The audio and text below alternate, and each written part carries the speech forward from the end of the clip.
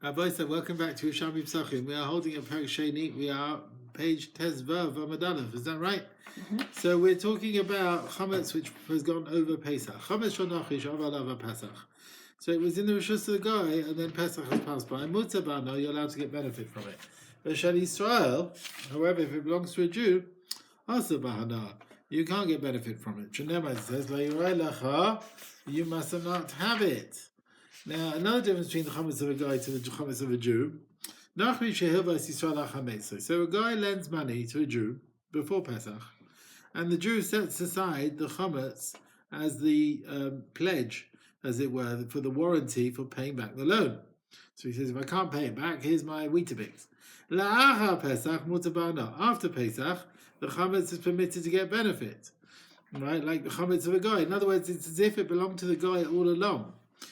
So if a Jew lends money to a guy before Pesach, and the guy says, here is my chametz to pay back the loan, the guarantor for the loan, after Pesach, the chametz is also because it's as if it's belonged to the Jew the whole time, right? He left it in the Rishus of Israel. He said, if I don't pay it back, then it belongs to you lemafreya. That's the case here. From the time when you took ownership of it, it was yours from the beginning. So it's like chametz of a Jew that's gone through Pesach. Right? Yeah. If they don't make any conditions, the Jew doesn't acquire it lemafreya, and then the chametz will be permitted after Pesach. So it's only, why is it forbidden? Because they made a condition, it will belong to the Jew from the beginning. That's why it's a problem. Chametz that a wall has fallen on it, and it's buried the chametz underground. That's considered destroyed. You don't need to move away all the bricks. He said, when is it considered mavur? He says, if a dog can't come and get it. Okay. Now we said chametz of a guy that's gone past Pesach, you can get benefit. So the implication is it sounds like you can't eat it. Now why is that? Since it's not included in the chametz shavar lava Pesach, we should allow you to eat it. He says, Masnisa, the Mishnah to my case, they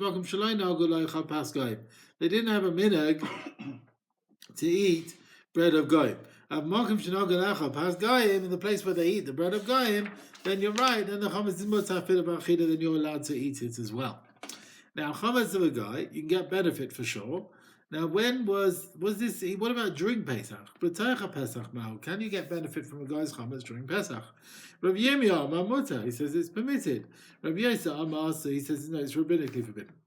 Hasi Rav Yosef. Rav Yosef asked, now we learned to the price. So Leyaski Yisraelis behemtai legai. Do not hire out your animal to a guy on Pesach lahavi ala chametz to bring chametz, because you're benefiting from the schiras is coming because of the chametz. Now the chametz is the guy's chametz, but you see you cannot get benefit from the guy's chametz on Pesach. So Pasala, he explained the answer. He's talking about a case, but where the Jew is going together with the guy to lead the animal, and in this situation, this is not because you're benefiting from the schiras money. We're worried as you are walking, you will eat from the chametz. But we've learned to the price. So they ask guy, don't start hiring out your ship to a guy bring chametz, because again you're benefiting from the schiras. So you see benefit from the guy's chametz is forbidden. Again, he answered it. It's talking about a case, but the Jew is on the ship, and therefore we're worried he may end up eating from the chametz. But we've also learned in the price that asking Yisrael is based on a guy. So you not hire out your house to a guy, it's lit in a teich chametz for him to put chametz in it. Now, do you honestly think the Jew is living there? You think the Jew is living in the house? That's very unusual. It must be. It's forbidden because of the schiras from the benefit of the chametz. So you see, benefit from the chametz of Pesach is forbidden. Very good question. The Gemara does not answer it. The Gemara will remain with a question. It concludes like Rabbi Yosef that chametz of a guy is asur midrabanan, eating and hana the whole days of Pesach. So you can't hire out your animal or your ship to bring chametz, or your house to leave chametz there, even if the Jew is not there. This is all if you're hiring it on Pesach or Erev Pesach. If you're doing it 30 days before, it is permitted. Okay. Let's carry on. Gagai shel guy. Shahar samoch, the roof of a guy which was next to the gaga shel Yisrael, the Jew's roof. And this gaga chametz, and the chametz rolled. Mi gaga shel guy, the gaga shel Yisrael, from one roof to the other on Chol Hamoed.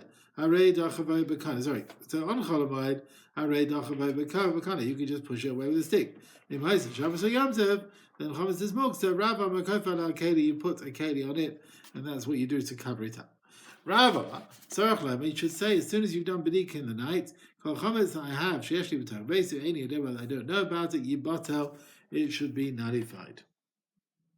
You have to be mevatel the chametz after bedika because we're worried there'll be some left that you didn't find, and when you find it, you'll delay. You'll be over bali matzah. Okay. The Rishonim, of course, argue how bittul helps not to be over the isur. Some learn bittul is mitam hefka. You're taking it out of your ownership. Others, the Ramban argues on Tosfos. He holds bittul. It doesn't take it from like hefka. You're mevatel the importance of it if you don't want it anymore. And it's like not yours anymore, and therefore you're not over. And bittel's enough because minadin, the chametz is not really in your reshus because also not anyway. But the Torah is machmir and said you should treat it as if it's in your reshus. Okay. Some say you don't even have to say the nusach in your mouth; you can just have it in mind. Some say you do have to say it. Okay, let's carry on. Rav Amar. Rav says, is that where we are? Slightly different to what we say. Now we're searching the chametz. We're not removing it now. We don't say bidikas chametz in the bracha because that's not the main mitzvah. The purpose is to find the chametz to remove it tomorrow. But this is the beginning of the process. Okay. Rav Amar hatach beisay chametz. If you use bits of chametz as your cement in your house, so you have to remove it, that layer of chametz which is stuck there. Tani, we're going to see now. Vatsek, like a dosh, or also kofes, which is like a block, and you decide to sit on it. Batel, it's batel, and you don't have to remove it because we don't keep it for eating. So why have you smeared the house? Why do you have to remove the chametz? It's not there for eating. Pastor he answers. Either the Chachamim were arguing Shem Elazar, they hold that even the dough that you sit on, you have to remove it. Or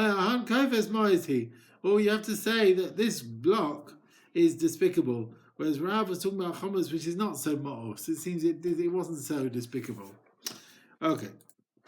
Yisrael v'goy shoyboim b'sfina. A Jew and a guy were coming on the ship in Erev Pesach, and the chametz biyad Yisrael. The Jew has chametz. Areza machol a guy, can sell it to the guy. I give it as a gift. And then you take it back from him la'achar Pesach. Providing you have to give it, Matana Gemara is a proper gift. And not only that, and the Jew can say to the guy, instead of you buying it for 100 zuz, come and buy it for Mosai for 200. Instead of buying it from a guy for 100, buy it from me for 200. Maybe I'll need the chametz after Pesach, but I'll buy it off you more expensive after Pesach, and therefore you'll earn from it, you'll gain from it. And maske buys lechave, right? If the 14th comes, and you're hiring out your house, actually, if the tenant has not moved in yet, and maske then the landlord has to check out the chametz. Mishi kanes, if on the 14th the tenant has already moved in, then the tenant has to remove the chametz. When do we say you have to remove the chametz? You've already given him the key. You're not giving the key. You don't have to remove the chametz on the house, and the chiyuv biur is on the landlord. Now, what about chiyuv b'dika, someone who's got the key? Forget about pasi boy. If you gave them as mafteach the key to someone not for renting, what's the din? Someone else is holding the key, maybe an agent of some kind. I don't know. He's holding the key. He has to check the house for chametz or not. Harav he said it depends. Machlekes Shimon Chachamim. The Tanina Tama we've learned in Taharas. When he gives his key to an Amaretz, Abayis, all that's in the house, the kelim, everything else, remains tahor. You're just giving him the guarding of the key. And Tani, we've learned to the Brayso of Shimon Tameh. Shimon says everything's Tameh. It's like you're giving him reshus to go in the house. So the one who's received the key should check everywhere because he's got reshus to go in the house. But the Abayis can't go in. According to the Chachamim, they say no. The Abayis gave him the key, but that's not reshus to go in the house. So he's not hired by receiving the key, he has to start checking the chametz. Okay, back to the din of Hilchos Pesach, chametz after Pesach. So we bring a brisa that sometimes a Jew should remove the chametz of a guy. Guy Shabbat Eisel Yisrael of Yada Chametz. A guy comes to a Jew's rishus, and the guy's holding chametz in his hand. The Jew doesn't have to get rid of the chametz; it's not his. You don't have to chuck the guy out of your house. If the guy deposited the chametz with the Jew, and the Jew has got a warranty to look after it, the Jew has to remove the chametz. If the Jew gives the guy a room to rent, as it were, a designated room, and said, "Here, you can leave your chametz there," but he's not really taking a guarantee and a warranty for it, then the Jew has no obligation to remove the chametz. Now, what about if the guy's deposited it with you? If the Jew is loibia, if he didn't remove the chametz that the guy deposited, la'acha Pesach mal, what's the din after Pesach? Right? Is it permitted or not? Rav Yonah Amar Muta, he says permitted because on Pesach it belonged to the guy. Rav Yosef Amar Asa, he says forbidden. Oh, Rav Yosef, chametz shagayu, even though it's the chametz of a guy, we should allow it. Yisrael hu she'avar alav v'lo bi'arei, the Jew is chayav, and he didn't remove it, and therefore the chametz is forbidden. Now we said chametz of a Jew which gone over Pesach is asabana, and we quoted a pasuk la yirei lecha. Now who is the Tana who learns this? Man Tana, who is the Tana who holds that benefit from chametz shabbal Pesach is also? There is a Tana who holds it's a loisaseh. The Mishnah brings la yirei lecha. So we always understood that the chametz after Pesach is an issur midrabanan, but there is a Tana who holds it's forbidden from the Torah, and that's what we're referring to here. He quotes a pasuk, La Yirei Lecha. It's not kares, but it's a negative command. This Tanya is Rebuda. The Tanya learned to the price. Either if you eat chametz in the half day on the 14th,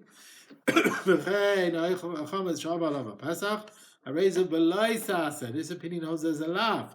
Then by kares. That's the view of Rabbi Yehuda. Right, he learns. Says you slaughter the Pesach in the afternoon, you mustn't eat chametz. So the two together, when you're allowed to slaughter the Korban Pesach, at that time is the issur of not eating chametz. So there's a loisasa already from the afternoon of the 14th. With Shimon Omer, he said kosher ein bo kares ein bo loisasa. No, if there's no kares, there's no loisasa either. So chametz on the 14th after Chatzos or after Pesach is no loisasa. And Mishnah is mashma that is asur balav. That's not like Rav Shimon, that is Rabbi Yehuda. Ma'od Rav Shimon be'issur. Rav Shimon agrees the issur shu also is still forbidden. Issurim, what sort of level of issur? Rabbi Yirmi Amar Issur Dvar Torah. Rabbi Yonah, Rabbi Yosef Amar, and they said no, issur midivrei, and it's only rabbinical. Now Rabbi Yehuda agrees that eating chametz she'aval of Pesach is also issur lav. What's the source for this? Rabbi Yehuda, it says lo yechal chametz. You mustn't eat chametz hayom. Today you're going out from Egypt. Man hakiyom. What are we talking about with this pasuk here? In B'tzach HaMoed, we're talking about eating chametz during the Moed. K'aksiv, it says, like chametz, you can't eat. We know that. Mainly in the B'tzach HaMoed, can't be talking about during Pesach. So now La'ach HaMoed, it's talking about after the festival. Ma'am of Shimon Tamid Rabbi Yehuda. What does Rav Shimon do with the reason of Rabbi Yehuda? Lo yechal chametz hayom. Don't eat chametz today, that thing. What does he learn from that? He doesn't learn a loisasa. Rabbi Bachia, Pastor explains to Yosef Glili, to Tony Yosef Glili. There was no issur chametz in Pesach except Ella Yom Echad Bilvad. They didn't have 7-day problem of chametz issur. They only had 1 day. Shenema lo yechal chametz hayom. Today you're going out. The lashon lo yechal chametz to the word hayom, we dash as if it's written together. Lo yechal chametz hayom, as if you don't eat chametz today. On today, it's Yas Mitzrayim, it's forbidden Issur Achilas Chametz, but the rest of the Pesach is permitted. Now, we learned in the Mishnah, it says, La Yirei Lecha, that the Issur to leave Chametz on Pesach is only on Chametz of a Jew, not Chametz of a guy. We bring Machlokes Tanaim, can you widen this heter, let's see, to Chametz of Hekdesh. It says, La Yirei Lecha, you mustn't have. If Tani, there are some who learn, La Yirei Lecha, when they learn Lecha. Chametz which is yours, einat raya, you can't see. I will raya ad l'gavaya. Chametz which is hekdesh, that's not a problem. Is to tani. Some say afilu l'gavaya, even hekdesh l'gavaya, and it's only a guy's one is not, but even a gavaya. Man, the one who says l'chai not a rai, you mustn't have it, but right out l'gavai you can have of the hekdesh, b'shekdesha where it was made hekdesh, kaidem lebiura before it was man of biur, right? So from the time hekdesh was chal, then there's no issur. The time biur comes, you don't have to remove it. Whereas manda afilu l'gavaya, the one who says afilu l'gavaya, you can't see that is k'shekdesha. You made it hekdesh la'acha biura after this man biur. Too late. It was already asked about now. Hekdesh doesn't work, and therefore you're trying to remove it like the rest of your chametz. We could explain the Tana who forbids you to keep the chametz of hekdesh, you have to remove it. Maybe it's bekachim shuchai b'achriyusan. Kachin, where you took on, like I take upon myself a loaf for bedek habayis. Yeah, you've got a warranty for it. You have to replace it if anything happens, and then you made it hekdesh. And this Tana holds like Rav Shimon that where you are liable achrayas, then as far as the Torah is considered yours. So you're over of lo yirai lecha. Whereas the Tana that allows you to keep chametz of hekdesh on Pesach holds like the Chachamim, since it's not yours, you're not mechuyev to remove it. Now, another argument about the drosh of lo yirai lecha. Lo yirai lecha. The Tanaim argue, isn't it telling someone to learn l'chai in Atara? You cannot see, you only have to remove it, but you're allowed to see the chametz that you left in the public square, which is being gathered there. When you left it there, it becomes hefker, it's not yours. Is today Tani, there's some who say you mustn't have afilu beplatia, even your chametz in the square. Now, the machlokes seems to be you mafkir something before Pesach, you're potter from holding it on Pesach. But the Gemara says no, that's not the point here. Everyone agrees chametz of hefker you're not over. But there's different times here. The one who says you can't have your own, but platia you can have the chametz you left in the square. You left it in the square. You made it hefker. Kaidem lebiure before the zman, before the 6th hour. Therefore, the hefker's chal. You don't have to remove it. The one who says I feel it, but platia includes the issa, includes the chametz in the square. Is talking about b'shif kira la'acha b'yurad. You made it hefker after you mavar it. And since that's the case, the hefker is not chal, and it remains chametz in your reshus, and you have to destroy it. Yeah? So what happens is, you made a hefker too late, and now it's in the square, and it's still a problem. You hear that? That's a big chiddush here. After the 6th hour is osabana. Some hold to be over the is of shia of chametz on Pesach. It mustn't be in your ownership, but it's also got to be, shouldn't be. Some say you're only over if it's in your borders.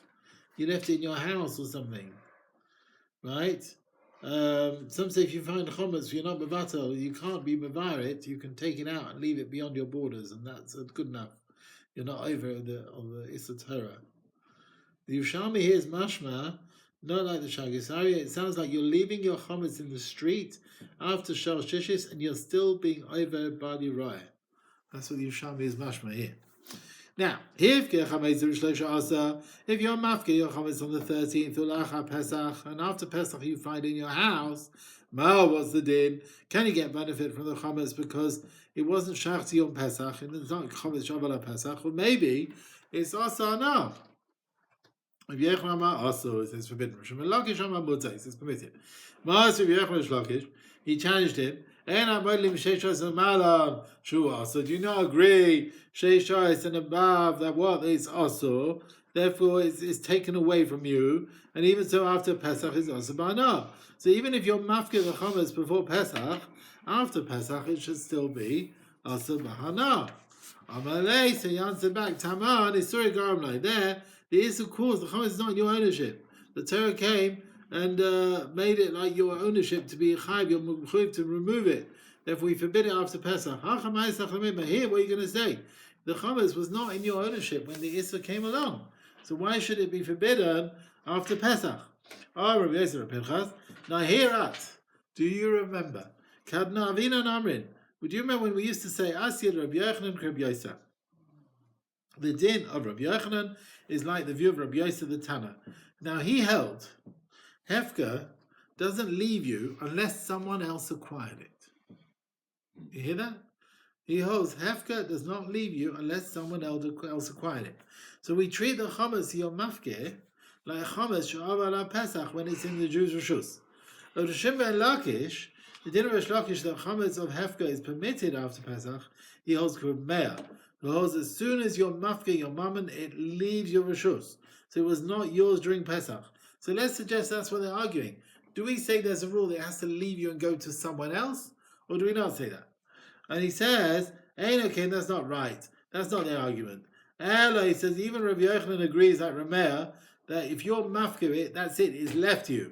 So what are they arguing about? Rabbi Yochanan, he was worried about cheating. If we allow you after Pesach, chametz, that you just left with, you mafkeh it before Pesach, people will cheat. Oh, I made a hefker, and the Maisa didn't really. Therefore, we pasken, the chametz of hefker, you can't take it after Pesach. He wasn't worried of people cheating in this manner. What difference are there between them?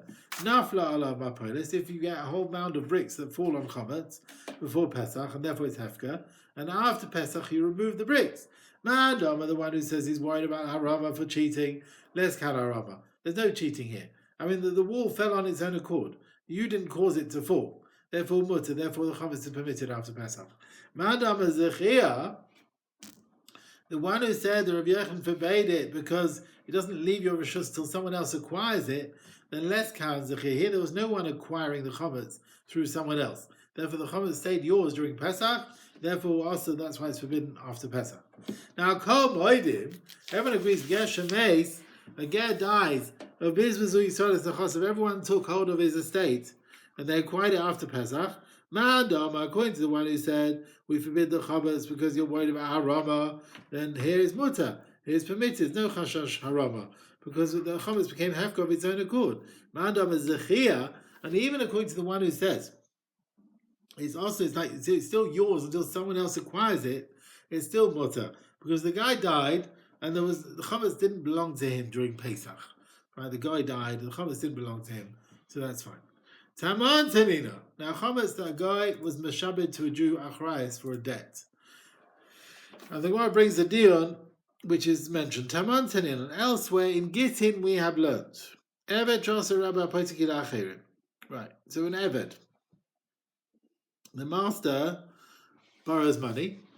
So he says, you, the Eved, will be my lian, for my loan. The master's borrowed money. The servant will be there if the master doesn't pay back the loan. And then Shecharoi.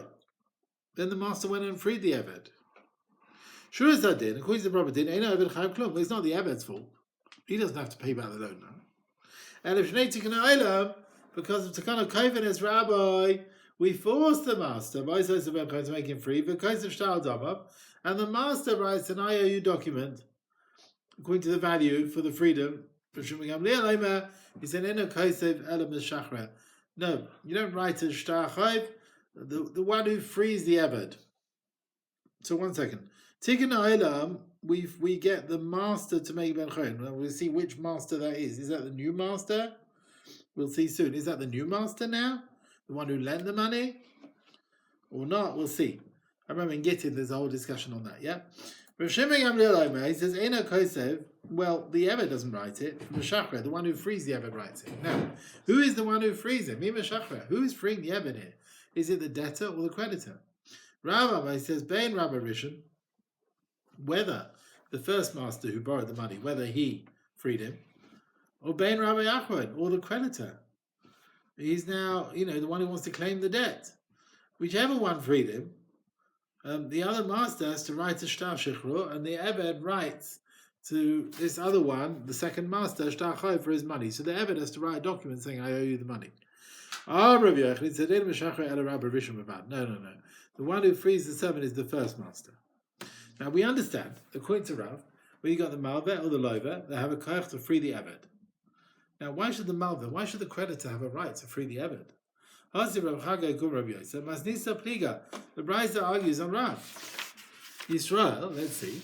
Yisrael Shehovah Sanachri, a Jew lends money to a guy before Pesach.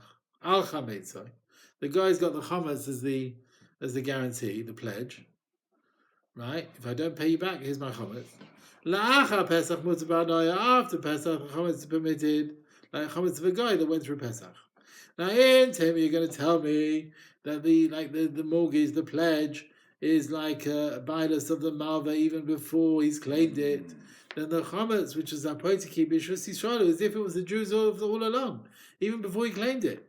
And it's fitting, also, that the chametz should be forbidden after Pesach, but like the din of chametz of Yisrael, which are on Pesach. Ma'avad le Rav. So what will Rav explain to that? So what's this? If you're going to say it's the shus of the malveh, even though he's not claimed it yet, then it's like this chametz belongs to the Jew all along, and the chametz should be forbidden. So what will Rav say to that? Rav would agree that it's not really the creditor's ownership here before he's claimed it. So if the chametz of a guy and he makes it a poitiki in Israel, it's not asavana. And the din of the Rav that the malveh can free a servant is not really min adin, it's not right at all. But kalhu, it's a kula, a special leniency that the creditor can free the servant. But shechro, only with freeing of slaves. You make your servant a poitiki, a warren, a lien rather, for a debt. Mecharai, if after that the debtor sold the servant, he's not sold. Shechra, if he freed him, the servant goes free, and the mother can't claim his debt. So you can't remove the shibud through selling. I mean, adin is not his. So the Bryce is telling you by freeing him, the servant goes free. It's not really min adin, but it's a special leniency in freeing the servant. Now, what about the din of the Pirush of Rav Yochanan, where the debtor is the one who frees him? Chayle Rav Yochanan, we have a proof to Rav Yochanan that it's where the debtor frees the servant, not the creditor. Min Adar from the following: the servant does not write the shtachai, but a meshachrer. The meshachrer is the one who writes it. Okay, and according to Rav, if the malva is freeing the eved, meshachrer doesn't fit in. Shichur eved through the malva doesn't really help. It's only a takanas chachamim, really. It's just a takana. I mean, if you want to say the mission is like Rabbi Yochanan, the loiva is the one who's the meshachrer, then I understand meshachrer because he is the owner. He's freed him. But how can a creditor free him? Creditor's not really the owner of him at all. Now the Gemara asks on what comes from Rabbi Yochanan that Shechra Eved through the loiva, that will help to stop the malva getting his debt. If one was meshabed his field, you set aside a field, and then you go and sell it. I set it aside for a debt, then I go and sell it. You think the guy is going to come and take it away. Of course he'll take the field away. If that's the case, just like the mechira is not going to help to remove the claim, Shichra shouldn't help. How can Shichra remove this servant? He is my lien for my debt. How can you just go ahead and free him like that? Why does Rabbi Yochanan hold that Shichra helps to prevent the malva getting his debt? Pasach Rabbi Yochanan talking about a case where the evidence was freed, Pesach Meir. Basically, the one who's being freed, Pesach Meir is like Ka'ira, it's like a big window. What does that mean? It basically is being freed, Pesach like a small window, the opening. Ka'ira like a big window. Basically, Shechru, the Eved gets pushed away. The Din Eved Kanani comes like Israel. Once you've had the Shechru, we cannot remove the Israel status. We can't end up being an Eved Kanani anymore. You see that? It can't end up being an Eved Kanani. May I ask if that's the case, that the Shechru works, then why should the Eved have to start writing an IOU for his value? Why does he owe the creditor any money? Rabila said, you know something? He doesn't have to write a shtar. But they said, you know what? Mutav Shiyom Allah, it's better the mother tells the servant, 10 li masayim zuz. Give me 200 zuz, shiash l'chom yadi. So people won't always say, oh, you're my servant, you're my servant, you're my servant. Now, why, according to Hashem Gamliel, when a shacher has to write a shtar for the value of the servant, Rabbanan Tekis Hashem Rav Nasa, asked Hashem Gamliel, the view of Hashem Gamliel is like the view of Rameir. Kamad Rameir, just like Rameir's Kaines Dvarim, he puts fines even with words. Kain Hashem Gamliel Kaines Bidvarim. So he also puts fines with words. The Tani we've learnt in a Brisa Shtar Sheyesh by Ribis. If there is a shtar with interest, which shouldn't be there, I said we put a knas on the creditor. But he doesn't even get the principal back. And it goes a Karen, lo a Ribis. Dibra Meir. And Chachamar when they said go a Karen, Ve'ena go a Ribis. No, the Karen, the principal you get back, but not the Ribis. Now, chametz that a wall falls on. The dog can't go and find it underneath. How deep can the dog still run after the chametz and find it? That sort of depth, a dog will still try and find things, but low 3 tefachim it won't find. Okay, halacha gimel. You with me? Right, one who eats trumas chametz on Pesach. It's truma, but it's chametz. The shegeg. You didn't know it was truma. Mishalem keren b'chomesh. You still have to pay the principal and the fifth. Even though it's asbano, the chiyuv keren b'chomesh is not a momentous chiyuv. Doesn't depend on the value of the truma. And if you do it b'meizid, pas minat hashlomin, you don't pay the keren because you're chayiv, like all chiyuv of gazlan.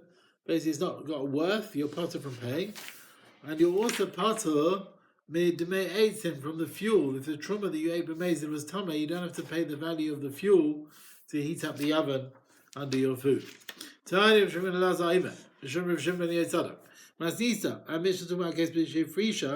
You separated the truma on Pesach matzah before it became chametz, and then it's chamsa, it became chametz. If you separated it after it was already chametz, lo bada. We're not talking about that case. Truma is not chal on chametz on Pesach because it's asbana. Now, what about hifish matzah? If you separated the truma matzah al chametz for tebel, which was chametz, we say, so, look, truma here is mutabana. The truma and it's remove the tebel. The truma is chal.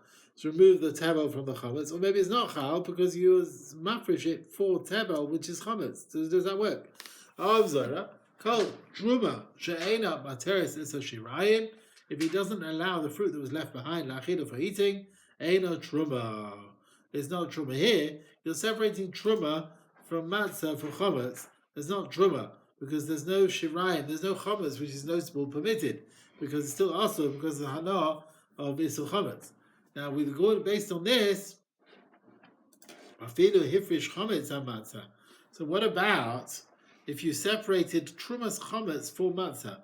Now there is shirai, there's matzah which you can eat. Now from the lashon of Shimon, is mashma truma is not chal on chametz at all. If you are separating truma, mena allow. Basically, if you, the one who is separating truma, what's this? The mana allow. Basically, he's allowing it. What's this? Sheinu mena allow. This was he would have allowed the chametz himself in a truma. Yeah, if you're taking it for itself, that's what he's saying. If you want mafish truma for itself, allow, to allow the chametz itself, and a truma, it doesn't work. Therefore, even if you're doing a mena, to separate truma for elsewhere, chametz for matzah, ain't no truma, it doesn't work. All right. Iras, abas revavim, you kneaded together 4 revavim of flour, b'fnei atzman, on their own, v'chimsa, and they became chametz. And then you did another abas revavim, 4 rova kav of flour, b'fnei atzman, and it became chametz. V'irva, and you mix them together to one dough. It's tevel as far as challah is concerned. And you ate from the dough before you separated challah. If they warned you for the isur v'eichel tevel, you don't get lashes. But if they warned you mishum eichel chametz b'Pesach, eating chametz on Pesach, you get lashes. Like the reason is isur chamo chal al isur kal. The more severe isur comes on a more lenient one. But isur kal chal al isur chamo, not the other way around. Now isur chametz is chamo more than tevel. So tevel can't be chal on the dough, which is already also isur chametz. So if you eat it, you don't get lashes because of tevel, only because of chametz. If in the beginning you mixed it to 2 doughs, and it became tevel as far as chal is concerned. And then it became chametz. And then history by Mishum tevel, whether they warned you for eating tevel, like hey, you get lashes, or if they warned you Mishum chametz for Pesach, also like you get lashes. Because Isel Chamo Chal Isel Kal, more severe, so it can be on a more lenient one. But in Isel Kal Chal Isel Chamo, not the other way around. And the Isel Chametz is more Chamo than tevel. So it's Chal on the dough, even when it was already awesome Shum tevel. Right? And if that's the case, the dough is forbidden also because of tevel and because of chametz. And therefore you can warn the person because of each of the two isurim. Either it's tevel, you mustn't eat it, or it's chametz, you mustn't eat it. Also, if you made from your grain, kri like a mound, vishtachavala, and you bowed down to it, and then mercha, and then you sort of smoothed it, and it became tevel. Then you ate it.